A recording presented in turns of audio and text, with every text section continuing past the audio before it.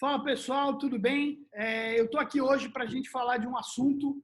Estou aqui com o meu grande parceiro, hoje meu chefe, meu sócio por algum tempo, hoje meu chefe na Faico, Fábio Krupnik, para a gente falar de um assunto aí bem interessante, que de novo saiu aí também do grupo lá de Melhores Práticas, uma iniciativa da gente tentar entender um pouquinho como é que o mercado de informais tem sido relevante aí para esse mundo de crédito. Então, Fábio aí preparou um material, a gente vai dividir aí agora com vocês. Fábio, obrigado aí dessa participação aqui no nosso canal.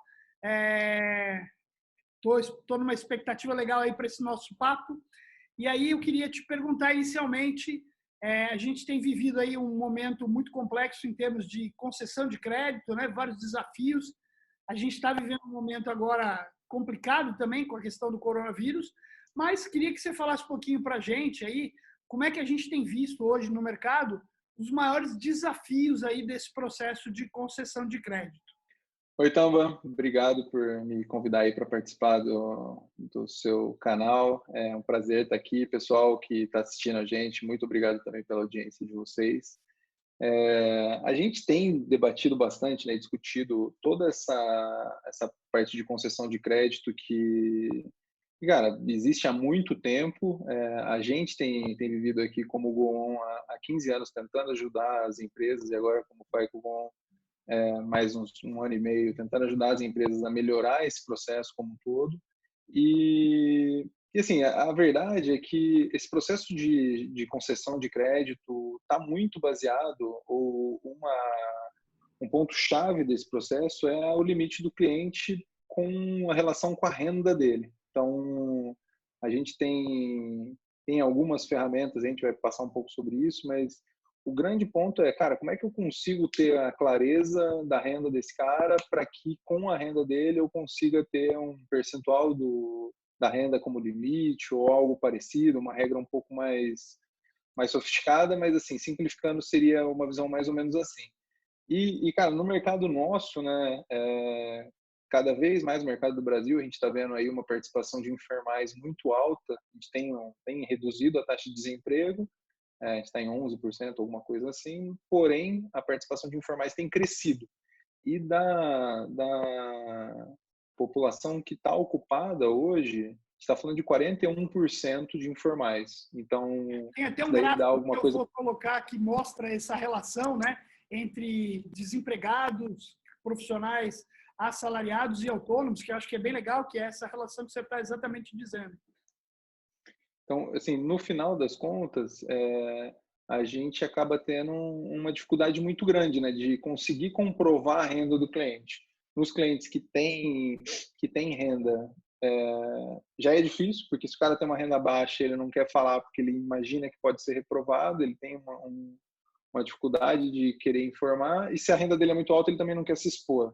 Então, para quem tem renda, é difícil confirmar a renda dele pelos canais normais aí de documentação e tudo mais, e para quem não tem uma renda formal, aí é mais difícil ainda, né? Às vezes até impossível de conseguir fazer isso. Mas o grande desafio que a gente vê é conseguir comprovar a renda do cliente e comprovar aí o tamanho dele, né? Qual que é o volume desse cliente, quanto que ele poderia estar tomando de crédito, como é que a gente conseguiria ter o processo mais claro e mais definido com ele.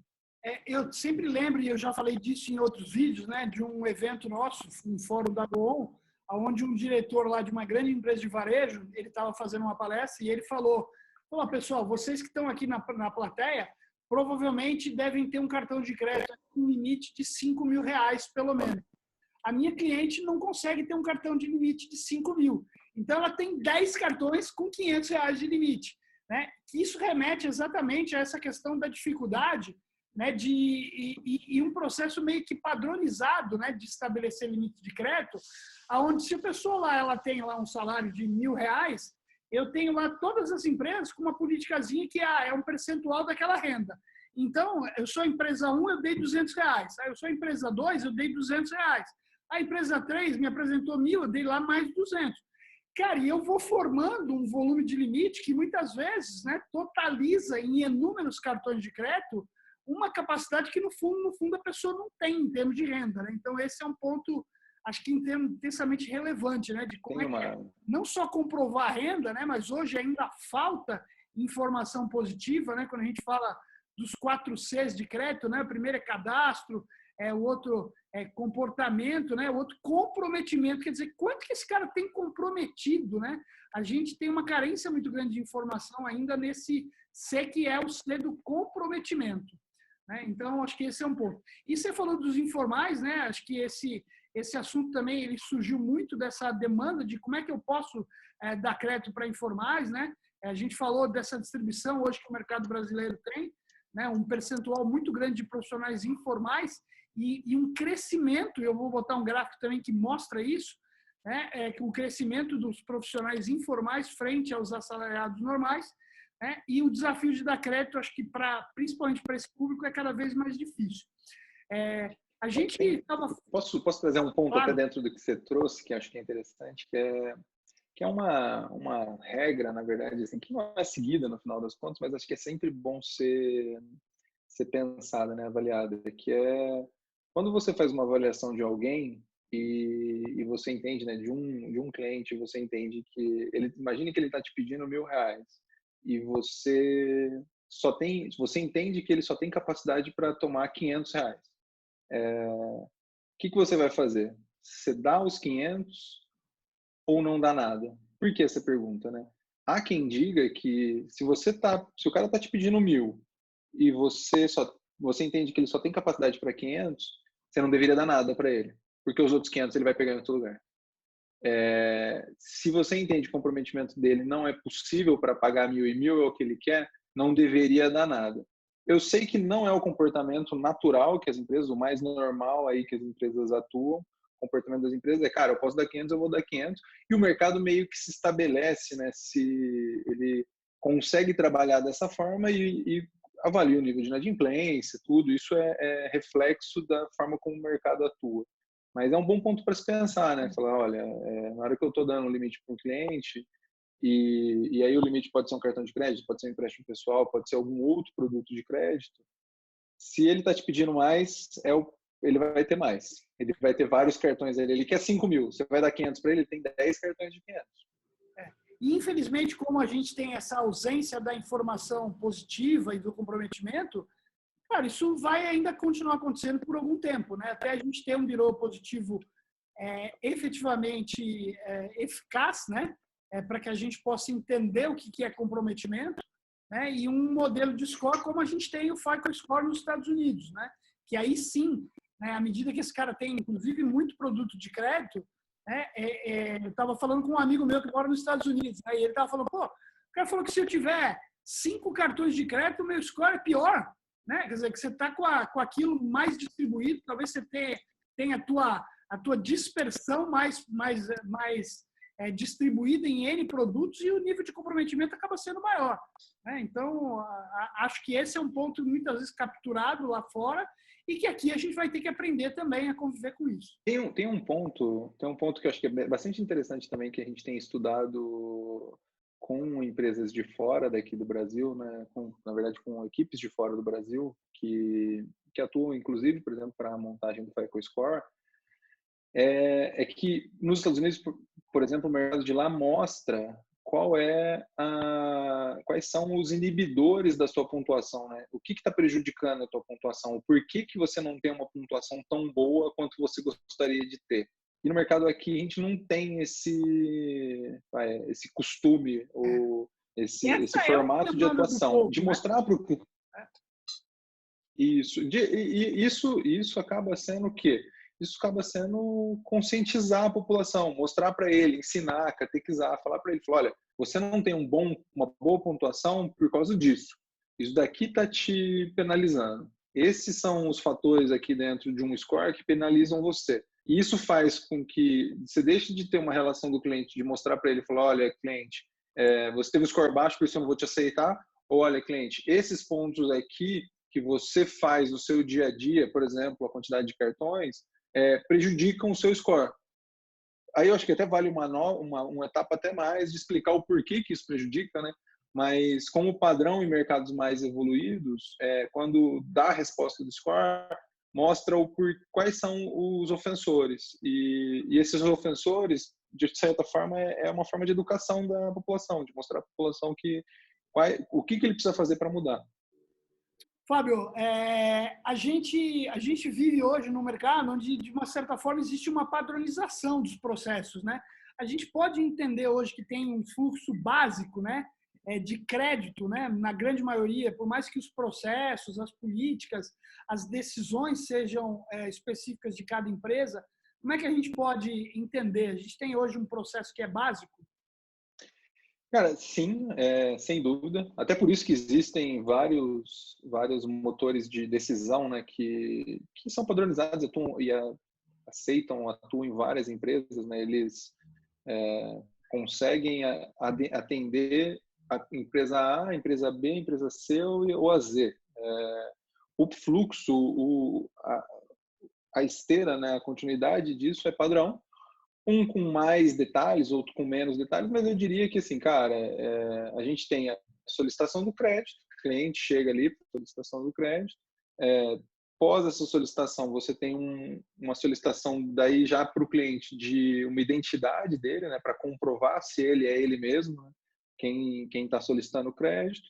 Depois disso, você vai buscar informações suas, que você já tenha dentro da sua base, ou informações externas para colocar mais possibilidade de discriminação desse cliente, discriminação no conceito de conseguir classificar ele da melhor forma possível, tanto para risco, quanto para comprometimento, para renda. Era o ponto que a gente estava falando antes, falar, cara, quanto mais informação eu tenho do cliente, melhor é o processo, né? Melhor eu consigo fazer o processo. Após isso, aí você tem os scores, que são amplamente utilizados. Os scores, eu acho que cada vez mais a gente tem essa clareza, e daí aqui tem vários tipos de scores, mas não vou entrar nesse ponto. Após isso, você tem a sua política, a sua estratégia, né, que você vai definir e construir para o seu público especificamente. E depois a decisão. Assim, de forma simples, a solicitação do crédito, identificação do cliente, informações, scores, estratégia e decisão. Seriam aí, tirando a solicitação e a decisão, são 4 etapas. Legal. Identificação, dados, score e política. E aí você estava me falando também antes que a gente pode ter alguns fatores que alavancam, né, que podem alavancar esse processo de crédito como um todo, né? Você tinha me falado em 3 pilares. Me conta um pouquinho quais são esses pilares, o que está dentro disso e o que a gente pode dividir com a galera para que a gente tenha um ganho aí nesses processos. Não vou trazer nenhuma novidade aqui muito grande, né? Mas é legal para contextualizar e ver se os nossos ouvintes aí concordam com a gente, né? Cara, a nossa divisão aqui são três pilares que são analíticos.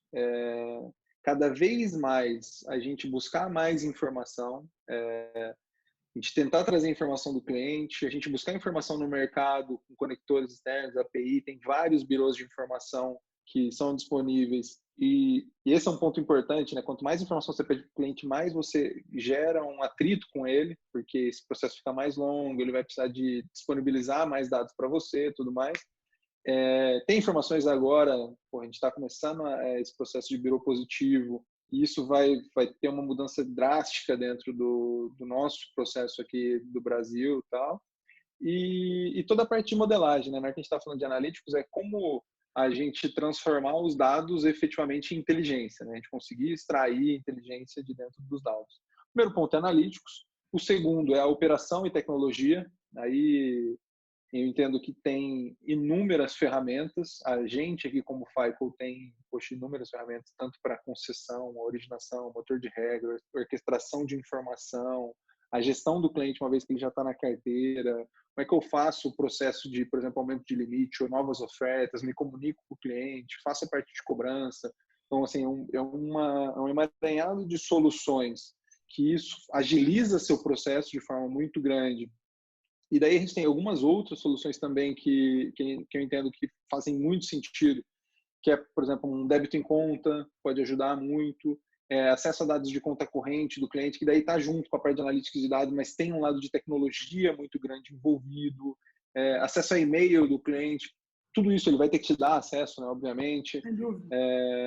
Um ponto que é que é bastante discutido ainda, a gente não viu resultados amplamente satisfatórios, mas, por exemplo, o acesso de informações de rede social. Então, isso está a tecnologia envolvida, analítico está junto. Os pilares aqui se conversam, tá? Não é são pilares separados, os pilares se conversam. E o terceiro pilar é estratégia e gestão, né? Como você trabalhar e olhar para esse cliente e entender quais são as métricas efetivamente que você precisa ter. Será que as métricas atuais que a gente tem trabalhado são as métricas que têm o melhor retorno?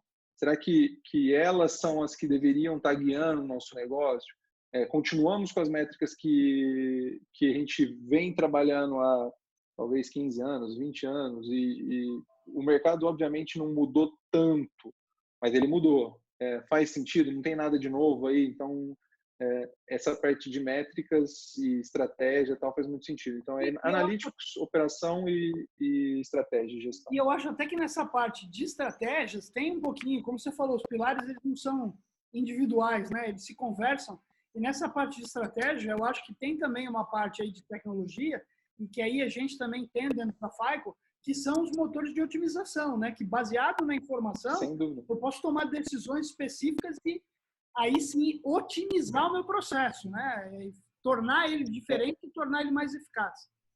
Esse ponto me permite trazer mais um detalhe. É legal, né? Ficar falando disso, você acaba se empolgando um pouco. Sem dúvida. Falei para você que esse papo aqui não era trabalho, era um passatempo emocionante. Você ia adorar. Você tem razão, cara. Nessa parte de estratégia e otimização, né? E tem muito a ver com analíticos também, né? Toda essa parte de analíticos é o processo de otimização, a parte matemática e tal. A gente tem uma comparação interessante que é, por exemplo, o médico vai e faz um diagnóstico seu. Na hora que ele faz esse diagnóstico, ele vai olhar e entender o que está acontecendo contigo agora. O que está acontecendo contigo agora é muito relacionado, por exemplo, quando a gente faz uma análise descritiva da nossa base de dados. A gente vai lá e entende como é que a gente está, quais são os clientes, como é que está a distribuição dele, atraso, características, tudo mais. Quando ele vai e te examina, ele vai olhar e falar, cara, eu tenho um diagnóstico seu aqui, ó, do jeito que você está vai acontecer isso, que são os modelos preditivos que a gente tem para, por exemplo, um credit score é um modelo preditivo, a gente olha o cliente prevê o que vai acontecer. O behavior score é um modelo preditivo. O que a gente faz é tomar atitudes, ações para que mude o contexto e aconteça uma coisa diferente. Que aí sim, que é o que o médico faz, né? Quando ele faz uma prescrição de um remédio para você, ele quer que mude isso, que são os modelos prescritivos. Os modelos prescritivos envolvem matemática aí no meio também, que é o que é nada mais do que quando a gente faz uma análise de, por exemplo, a gente vai construir uma política de crédito e entende o que pode acontecer. A gente tem os modelos preditivos, entende o que pode acontecer, faz alguns cenários e define qual que é o melhor caminho a ser seguido. A parte de otimização é exatamente isso. Eu estou falando de forma bastante simplista, né? Muito mais complexo, mas assim, é exatamente isso. Só que em vez de eu calcular 5 cenários, eu calculo 10 mil cenários. Em vez de eu ter 5 variáveis para esses cenários, cara, eu coloco todas as variáveis possíveis que tenham. E daí, assim, não é só relação linear que vai existir, vai ter outras relações, vai ter relações, por exemplo, de demanda, vai ter relação de cenário externo, por exemplo, imaginando um stress test com redução de ganho da população, de renda da população e tal. Você começa a colocar várias outras variáveis e incrementar esse processo e cria um modelo ótimo, que daí é esse processo de otimização. Eu não tenho mais simplesmente uma concessão de crédito baseado em uma política que eu defini com alguns cenários. Eu tenho um modelo de crédito, uma definição de qual a estratégia que eu tenho ótima, com base em todas as informações possíveis a serem colocadas dentro de um modelo onde eu vou analisar todos os cenários teoricamente possíveis, matematicamente falando. Então, tem aí um processo de evolução muito grande, é super interessante e a gente tem feito isso em alguns clientes aqui no Brasil, tal, é bastante desenvolvido já fora. Legal. Desculpa. E eu acho que um outro negócio legal, você falou do processo de gestão, né, de portfólio, limite de crédito tem muito nessa coisa de eu dou um limite de crédito, né, e aí você falou muitas vezes eu não consigo, talvez, chegar à condição de dar o melhor limite, né? E eu entendo a questão lá, de repente eu deveria talvez não dar nenhum porque vai pegar com o outro, mas né, hoje é difícil a gente convencer alguém no mercado, no cenário, que fala, não, cara, você vai dizer não para esse cliente, né? Você não pode dar 1.000, mas você pode dar 500, mas você não vai dar 500. Mas assim, eu dando 500, né? Eu acho que aí tem ferramentas também. É interessante, estamos aproveitando esse espaço aqui do canal hoje para falar também um pouquinho de FICO, dos sistemas, das soluções, né? E tem ferramentas também que a gente pode, e que são eficientíssimas e que eu, no meu ponto de vista, acho que hoje uma das maiores carências, né? Não estão no processo de crédito e nem no de cobrança. De uma certa forma, por mais que a gente tenha desafios, a gente já aprendeu a dar crédito e a gente, dentro das dificuldades, também a gente aprendeu a fazer cobrança. Mas o meio desse processo, que é a manutenção, a gestão desse portfólio, o que eu interajo com esse cara, como é que eu entendo ele, o que eu falo com ele, é um dos grandes desafios, né? E a FICO tem uma ferramenta que originalmente chamava Tride, né? E agora chama Strategy Director, é isso? Exatamente, Strategy Director. A ideia dessa ferramenta é que você consiga fazer a gestão do cliente como um todo e de forma muito mais simples, com estratégias paralelas.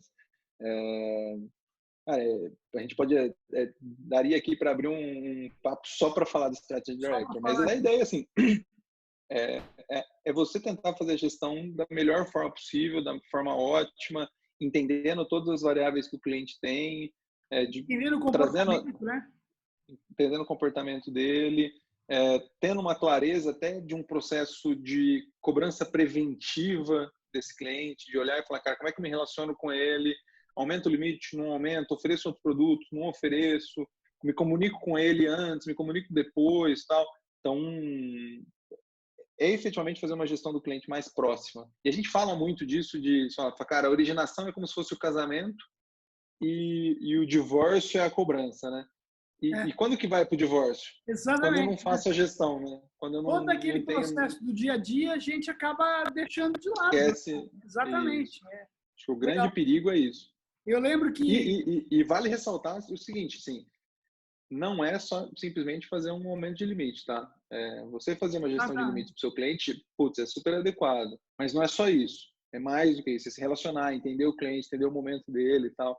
E isso se baseia muito em analíticos, né? Porque são as informações que você tem.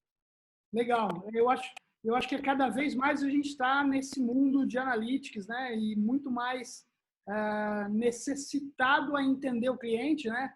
O vídeo que eu fiz lá, que veio da visita lá que eu fiz na pós-NRF, vinha exatamente essa situação, né? Que não adianta mais eu clusterizar cliente, eu preciso conhecer aquele cliente, o que eu ofereço para ele especificamente, né? E não para um grupo de clientes, né?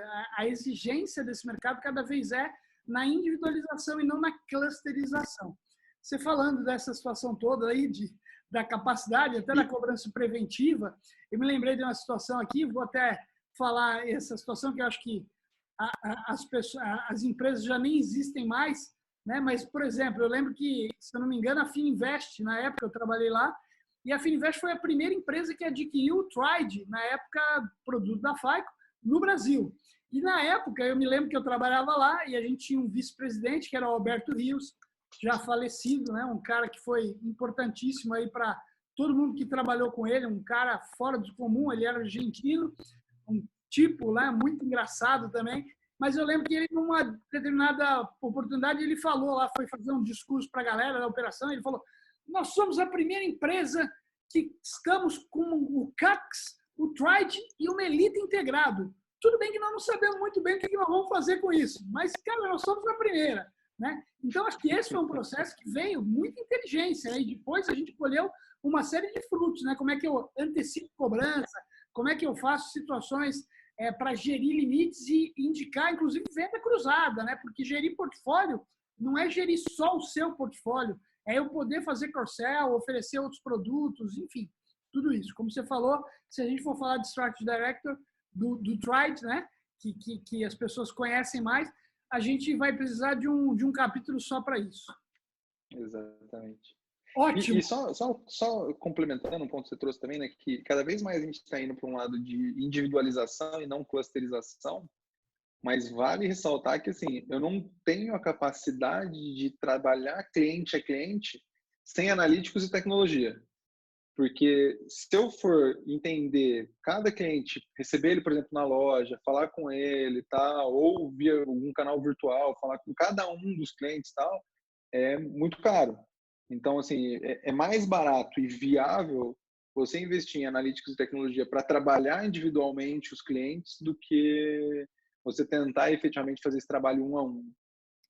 Legal. E aí queria aproveitar esse assunto, já que a gente também aproveitou esse nosso espaço aqui do canal para falar bastante de FICO, né? É falar que você, varejista, você, administrador de cartão, não acha que os produtos da FICO são só para bancos e só para milionários. A gente já tem hoje soluções que, dependendo do teu volume, cabem no seu bolso e acho que são efetivamente muito positivas e vão te ajudar a melhorar aí a tua gestão do dia a dia, né? E aí eu acho que é muito interessante, precisando disso, estamos à disposição, né? Tanto eu, a equipe toda do Fábio, eu faço parte dessa equipe, né? E precisando, querendo conhecer mais, não se intimide não e não imagine que a FICO é só para grandes bancos, porque a gente foi para lá exatamente para mostrar um pouco para o mercado todo de varejo que a gente tem possibilidade de levar os produtos da FICO aí para um mercado que também é um mercado aí de baixos volumes. É óbvio que o baixo tem limites, né? Não vamos imaginar num volume pequeno aí, até porque se você tiver um volume pequeno, como eu já disse em outros vídeos, você controla pelo Excel até um determinado volume, né? Mas que eu acho que existem ferramentas aí bem interessantes, bem importantes, que têm a possibilidade de atender aí o seu mercado e a sua necessidade.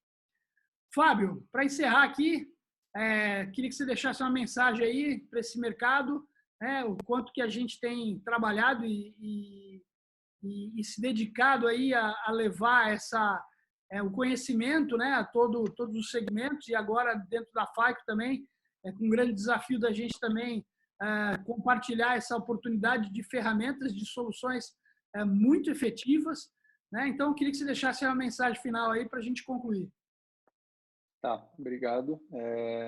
Cara, o que eu diria como mensagem geral nesse processo todo, né, de concessão e gestão de clientes e concessão e gestão de limite, como aprovar o cliente e tal, é a gente olhar para o cliente, olhar nesses 3 pilares, onde a gente está falando de analíticos, a gente está falando de processos, a gente está falando de tecnologia, gestão, estratégia e tal, olhar para o cliente com uma visão de longo prazo.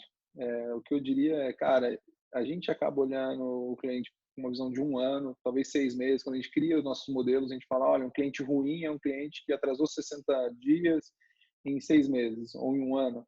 E a gente tem alguns cases que têm se provado, se mostrado que mesmo esses clientes que a gente entende, principalmente por uma visão de varejo, tá? Mesmo esses clientes que a gente entende que são maus num curto prazo, eles pagam e voltam a comprar. Então, ter uma relação de mais longo prazo com o cliente, alguma coisa por volta de 3 anos ou mais, ou estudar isso para definir o que você está aprovando, eu acho que é super importante. Isso vai trazer clareza que hoje você talvez não tenha, e você consegue ter uma possibilidade de aprovação de clientes que hoje você não tem quando você não enxerga esse horizonte de mais longo prazo. Então, Legal. diria que mudar um pouco essa visão, trazer métricas de rentabilidade no local de métricas de risco e perda só, e conte conosco. Acho que a gente está aqui para ajudar. A nossa missão é elevar a maturidade de crédito do mercado. Está para passar conhecimento. Se quiser bater um papo, meia hora, 1 hora, não vai ser taxímetro, a gente vai conversar e dividir nosso conhecimento, e no momento que a gente entender que faz sentido ter um projeto, alguma coisa um pouco maior, que vai demandar um esforço grande, se precisar de ferramenta também, a gente está aqui, a gente conhece as ferramentas, traz especialistas em relação às ferramentas especificamente. Estamos aqui disponíveis para bater um papo. Realmente, bater um papo aqui é super bacana. Não é igual ficar trabalhando, sentado, legal. Então, obrigado por ter me convidado e obrigado, pessoal, por estar escutando a gente aí assistindo. Beleza, foi ótimo mais uma vez. Como eu te falei, cara, fazer isso aqui, se eu pudesse, eu faria isso, né, Fábio? Poxa vida, mas Cara, eu acho que é trabalho também, tá? Isso é trabalho, exatamente, né? E é um trabalho gostoso, né? Da gente poder compartilhar conhecimento, né? E a gente sabe o quanto que existe de carência, né? Coisa que acho que a gente está fazendo aí com muito amor aí. Eu acabei achando aí uma atividade prazerosa. Nem sempre a gente consegue conciliar. Tem hora que eu tenho que fazer os vídeos mais no escuro, às vezes até. Estou tentando aí montar o meu ambiente aqui para ter a maior iluminação possível, mas tem hora que a gente tem que fazer mais no final do dia, final de semana, enfim, né, para a gente poder conciliar. Né? E o objetivo é esse aí, passar conhecimento, ajudar vocês aí do mercado. Queria agradecer todo mundo que esteve com a gente aqui, queria agradecer o Fábio aí por essa participação, foi ótima. Até a próxima, pessoal, curta o canal aí, compartilhem e vamos tabelar, que a gente tabelou uma boa aqui. Foi ótimo, Fábio. Obrigadão. Boa. Obrigado Obrigado por a tudo você. aí. Um grande abraço para todos. Tchau, tchau. Um abraço, pessoal. Tchau, tchau.